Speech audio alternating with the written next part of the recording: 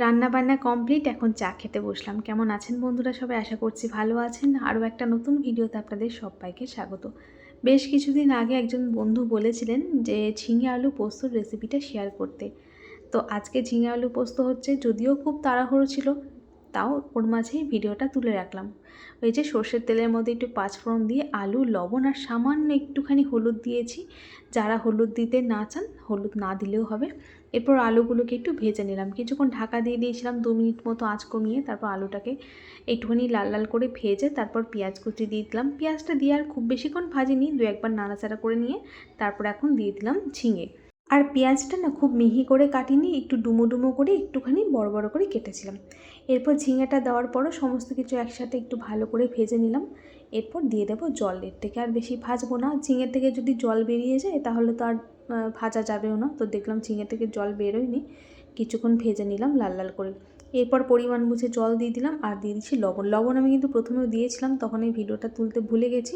আর এখন না একটু লবণ লাগতো জল দেওয়ার পরে, সেই বুঝে লবণটাও দিয়ে দিলাম।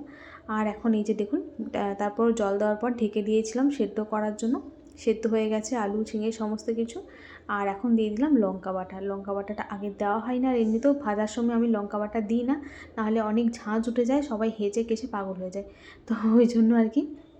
তারপর আমি একটুখানি আলুগুলোকে একটুখানি গলিয়ে গলিয়ে দিয়েছি। আপনারা যদি আলু গলাতে না চান, গোটা গোটা রাখতে চান, সেই বুঝে রেখে দেবেন। তবে আমাদের বাড়িতে পোস্ত একটুখানি আলুগুলো গলিয়ে দিলে মাখা মাখা হলেই খেতে বেশি ভালো লাগে। এরপর আলু সেদ্ধ হয়ে গেলে সব শেষে পোস্ত বাটাটা দিয়ে একবার ফুটিয়ে নামিয়ে দিয়েছি। অনেকে কিন্তু পোস্ত দেওয়ার পর ফোটায় না, তবে আমরা ওই একবার ফোটাই একটুখানি পোস্তটা।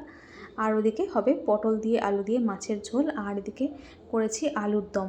টিফিনে মুড়ি খাওয়া হবে, আর মিঠিতেও পটলও খাবে না, মানে মাছের ঝোলও খাবে না, আর পোস্তও খাবে না, সেই জন্য একটু আলুর দম করলাম। দেখি ওর জন্য কিছু একটা বানিয়ে দেবো।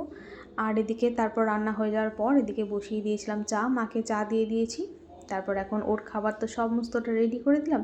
এরপর আমিও বসে পড়বো একটু চা খেতে, রান্নাবান্না শেষ করে।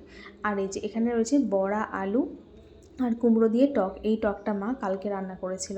এদিকে ও ওই যে টিফিন খাচ্ছে, ও খেয়ে ওর কাজে বেরোবে, আর এদিকে আমিও খেতে বসে পড়লাম। আর সকালবেলাটা তো প্রচণ্ড তাড়াহুড়ো থাকে, 1 ঘন্টার মধ্যে রান্না কমপ্লিট করতে হয়। আর আজকে এই যে হয়ে গেছে আগে আগে সব কিছু, তাই চাটা নিয়ে ঘরে বসে পড়লাম। আর ওদিকে দেখুন একজনেরা ঝগড়া লেগেছে। তো চলুন ওদের ঝগড়াটা একটু শুনে নিন, আর ভিডিওটা এখানেই শেষ করি। আবার দেখা হবে নতুন আরেকটা ভিডিওর সাথে। সবাই ভালো থাকবেন, সুস্থ থাকবেন। আজকের মতো টাটা। চলুন এবার ঝগড়াটা একটু শুনুন বন্ধুরা।